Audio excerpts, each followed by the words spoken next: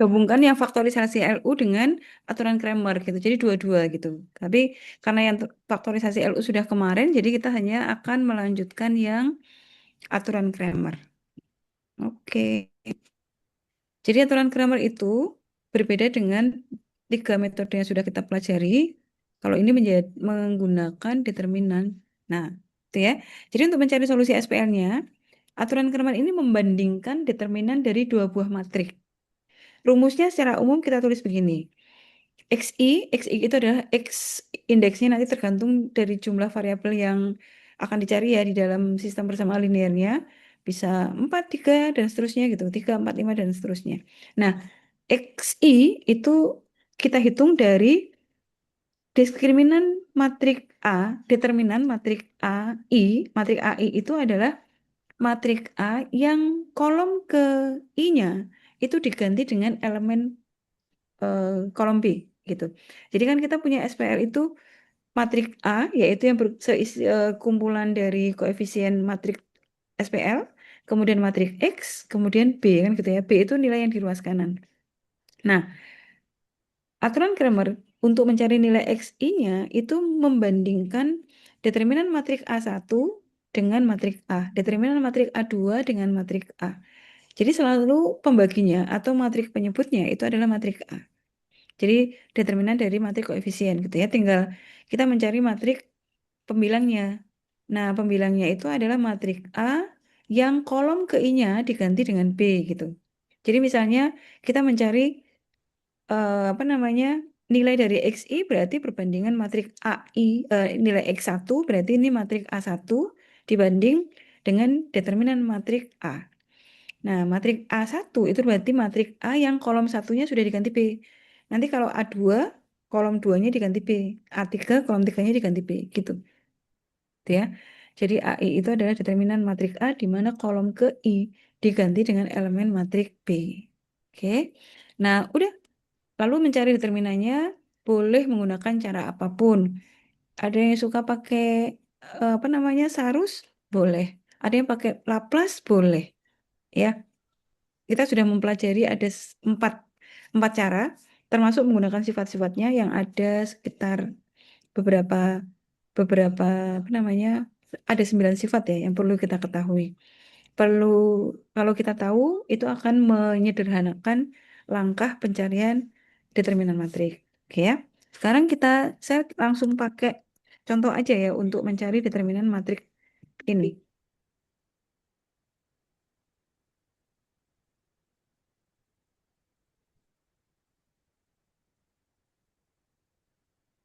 Oke, kalau kita mau nyari ini berarti kita ubah dulu SPL itu menjadi bentuk matrik.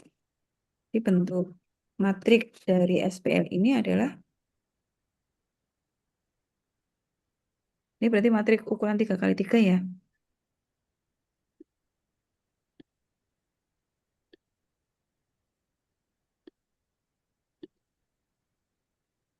Ini nanti berisi matrik A, lalu sebelahnya matrik X, kurungnya boleh kurung tegak atau kurung biasa ya. Matrik X ini ordonya 3 kali 1, lalu yang sebelah kanan itu matrik B.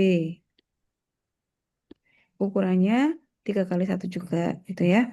Nah, kita masukkan nih. Ini berarti 2 min 3 4, lalu yang kolom 2 6 min 8 9, kemudian ini 2, X3-nya nggak ada, kemudian ini 2, gitu ya. Lalu ini X1, kemudian ini X2, lalu ini X3. Ruas kanannya 2, 2, 3. Nah, sebetulnya SPL ini adalah, kalau kita ubah dalam bentuk matrik kan bentuknya seperti ini ya. 2X1 plus 6X2 plus 2X3 sama dengan 2. Itu persamaan pertama. Persamaan kedua, min 3X1 plus min 8X2 plus 0 sama dengan 2. Gitu ya, dan seterusnya. Nah, sekarang dengan menggunakan aturan Cramer,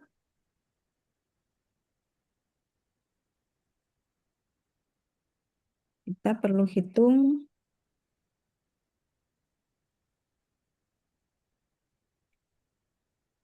determinan A. Nah, determinan A itu adalah simbolnya tegak begini ya. Ini A dulu yang dihitung. Karena nanti dia sebagai penyebut, pembaginya. Nah, di ini sekarang kita hitung nih. Bebas ya, boleh pakai salus, boleh pakai cara apapun. Saya sukanya pakai Laplace karena Laplace itu kalau di dalam matriks itu ada nolnya itu akan menghemat. Jadi misalnya gini, di kolom 3 atau di baris 2 itu kan ada elemen nol.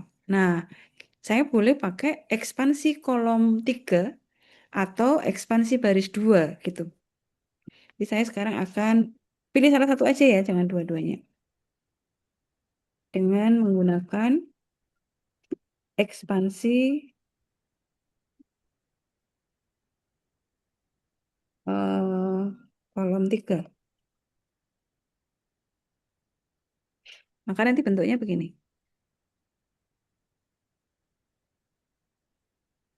Ini kolom 3 itu berarti 202.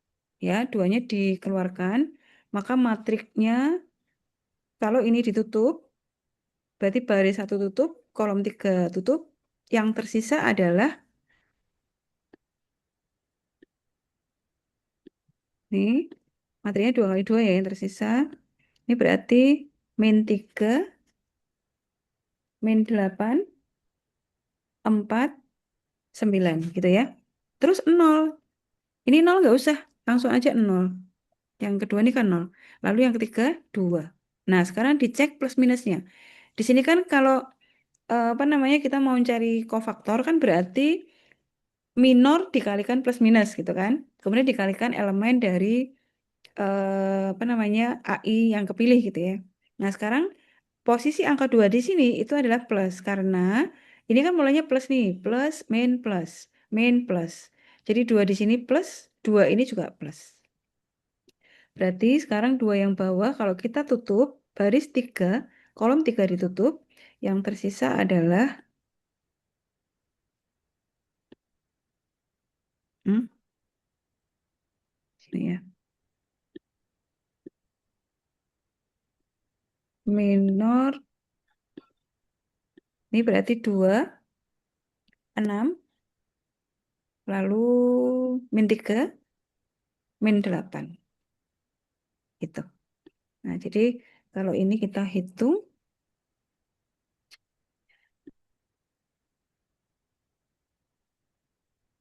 ini kan berarti min 3 kali 9 berarti min 27 dikurangi arah sebaliknya, dikurangi min 32. Jadi ini plus 32 gitu ya. Ini nolnya kita hapus saja. Lalu yang ini juga sama. 2 kali min 8 jadi min 16 dikurangi min 18 jadi plus 18 gitu ya. Oke, ini berarti 2 kali min 27 tambah 32 berarti 5. Lalu ditambah 2 kali 2. Jadi 10 tambah 4. Ini berarti 14.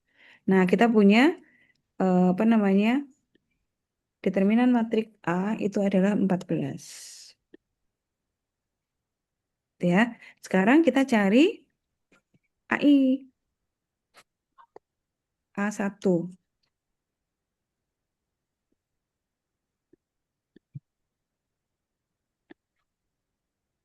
Nah, A1 itu berarti matriks A tapi kolom satunya diganti B gitu. Jadi ini saya copy aja ya. Ini matriks A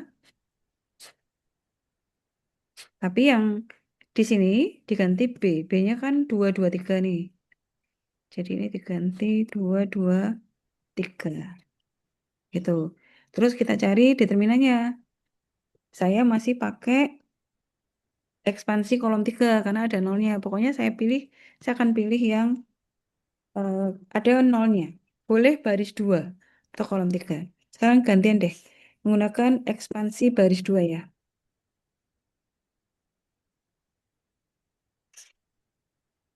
Ekspansi baris 2 itu berarti elemen baris 2-nya kita keluarkan. 2 sama nanti min 8. Kalau 2 berarti subminornya, submatriknya itu kan di sini nih, berarti baris 2 kolom 1 hilang ya. Yang tersisa adalah matrik 6, lalu ini 2, di sini 2, di sini 9. Gitu ya. Nah, tapi plus minusnya nih. Ini plus, ini min. Jadi di sini min nih. Lalu ini plus. Plus kali min ya maksudnya. Jadi ini tetap 8. Lalu kalau ini dihapus, baris 2 dihapus, kolom 2 dihapus, maka yang tersisa adalah matrik yang berisi 2. Ini ya, ini 2, 2, 3, 2. Karena kolom 2 hilang, baris 2 hilang. Jadi ini 2, ini 3, ini 2. Oke, kalau kita hitung min 2, 12 dikurangi 18. Saya taruh di bawah aja deh.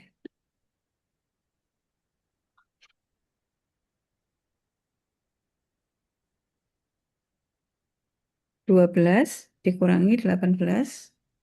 Lalu yang ini 4 dikurangi 6. Jadi min 2 kali min 6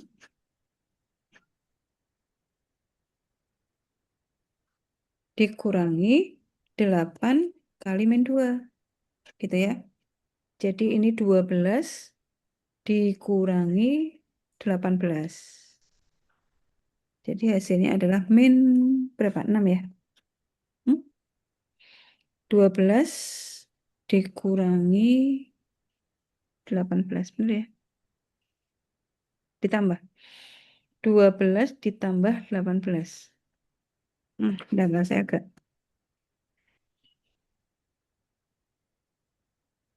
12 dikurangi 18 min 6. Ini berarti 12. Lalu min 8. 4 dikurangi 6 min 2. Min 8 dikali min 2 berarti 16 plus 16. Ini plus 12.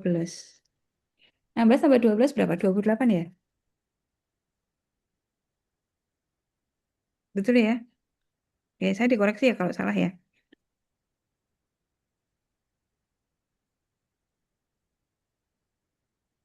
Oke, sekarang A2.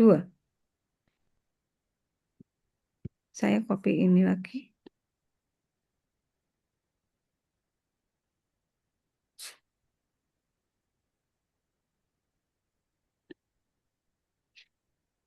Ini tak kasih warna beda ya.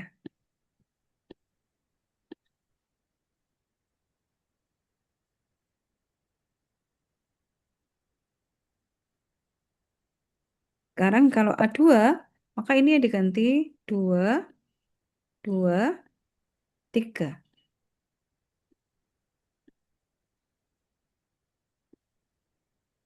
Oke, saya pakai ekspansi kolom 3 lagi.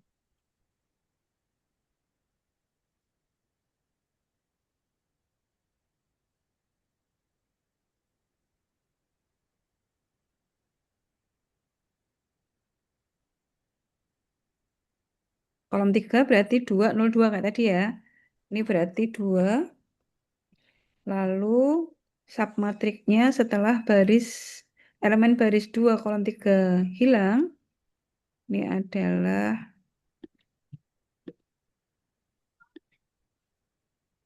ini hilang, ini hilang. Jadi ini min 3, 2, 4, 3. Gitu ya. Lalu 0, tidak usah kita tulis. Ini aja. Toh kalau dia dikalikan matrik berapapun hasilnya 0. Ini 2. Kemudian ini nih. Cek lagi. Plus, min, plus. Berarti ini plus, min, plus. Ini plus, plus ya. Yang ini ketika baris 3 kolom 3 hilang, maka matrik yang tersisa adalah 2, 2, min 3, 2.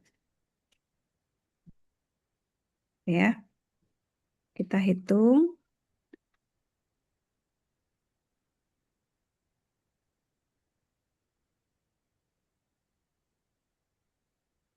Min 3 kali 3 min 9 dikurangi 2 kali 4. Lalu ini 0 kita hapus. Kemudian yang ini 2 kali 2 4 dikurangi min 6. Gitu ya. So, nih. Ini jadinya 2 kali min 17. Lalu ditambah 2 kali 10 ya. Sama dengan min 34 ditambah 20. Jadi min 14. Jadi A2-nya sama dengan min 14. Oke. Berikutnya A3. Saya copy lagi dari A.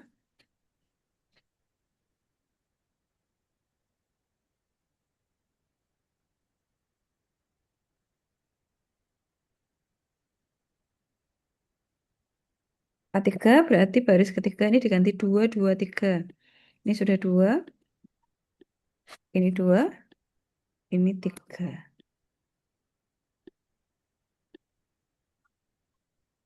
Ini ya. Nah, kalau ini karena nggak ada nolnya, bebas mau pakai mana. Sekarang misalnya kita pakai baris satu deh.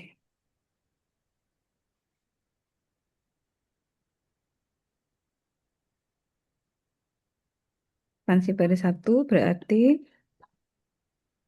hmm, plus min plus gitu ya. Jadi ini 2.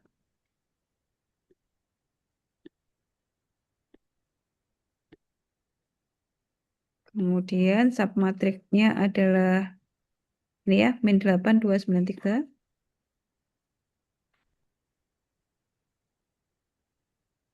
Lalu min 6. Jadi ini min. Submatriknya ketika posisi di 6 itu dihapus. Baris satu hilang, kolom 2 juga hilang. Yang tersisa adalah matrik min 3, 2, 4, 3. Terakhir plus 2.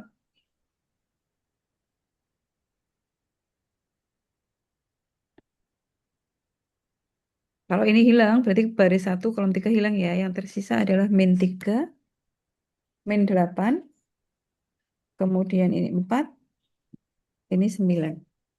Gitu ya. Yang kita hitung. Min 3 kali, min 8 kali 3, min 24, dikurangi 18. Lalu yang ini, min 3 kali 3, min 9, dikurangi 8. Kemudian yang ini, min 3 kali 9, min 27, dikurangi min 32. Jadi plus 32 ya. Ini berarti min 24, min 18. Jadi min 42 ya. Min 42. Yang ini min 17. Yang ini 5. Gitu ya. Ini berarti min 84. Kemudian plus 16 kali 7 itu 60 tambah 42. 102 ya. Mm. Plus ya, karena di sini min, sini min. Lalu ini plus 10. Oke, sekarang ini kalau kita hitung, A3-nya adalah 112 dikurangi 84. Hmm, berapa? 16 tambah 12. 28 ya.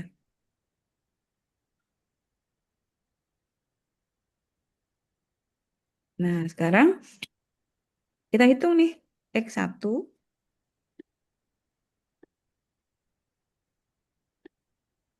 X1 itu kan berarti pembagian antara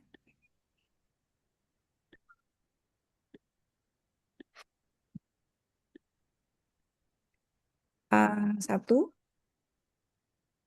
dibagi determinan dari A, gitu ya. Nah, A1 itu A-nya kan tadi ketemu A-nya itu berapa ya? 14 ya. Ini A-nya, A1-nya 28. Oke, ini 14, ini 28. Jadi X1-nya 2. Sekarang kita cari X2-nya.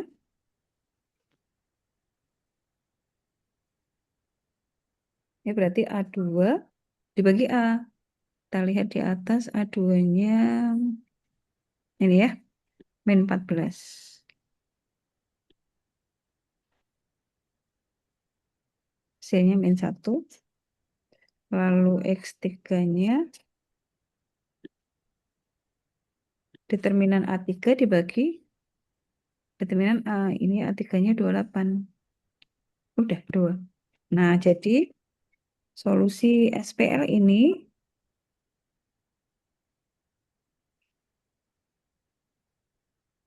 kita buat, kita ambil ini ya. Nah, ini X1, X2, X3-nya adalah 2 min 1, 2. Gitu. Jadi ini solusinya. Gimana? Paling gampang kan pakai ini ya. Daripada yang apa namanya 3 metode yang kemarin. Ini juga bisa dicari, dibuat programnya. Oke. Untuk aturan grammar, ada yang ingin ditanyakan?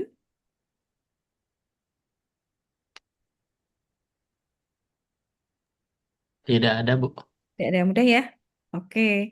Nah, jadi kita sudah mempelajari 4 metode. Kalau misalnya di UTS atau dimanapun tidak ada apa namanya perintah untuk menggunakan salah satu metode tertentu, kalian boleh pakai cara apapun dengan apa namanya dengan resikonya masing-masing gitu ya. Kalau kalau menurut saya sih grammar paling tidak beresiko. Artinya misalnya kita salah di X1, ini kan tidak ada pengaruhnya sama di X2 ya.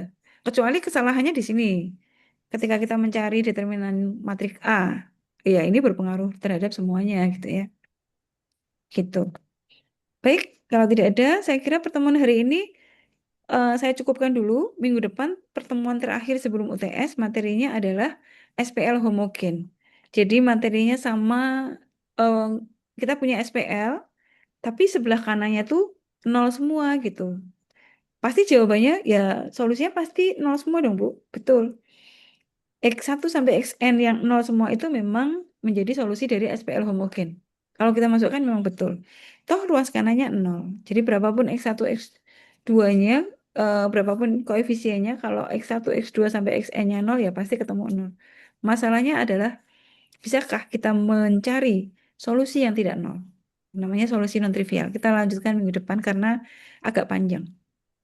Gitu ya. Oke, hari ini kita pendek dulu. Kita lanjutkan minggu depan di materi terakhir. Terima kasih hadirnya. Tetap jaga kesehatan. Terima kasih sudah mengikuti sampai akhir. Masih lengkap? Iya, masih lengkap. Terima kasih ya. Saya tutup pertemuan hari ini. Wassalamualaikum warahmatullahi wabarakatuh. Waalaikumsalam warahmatullahi wabarakatuh. Terima kasih, Bu Asih. Sami-sami. Oke.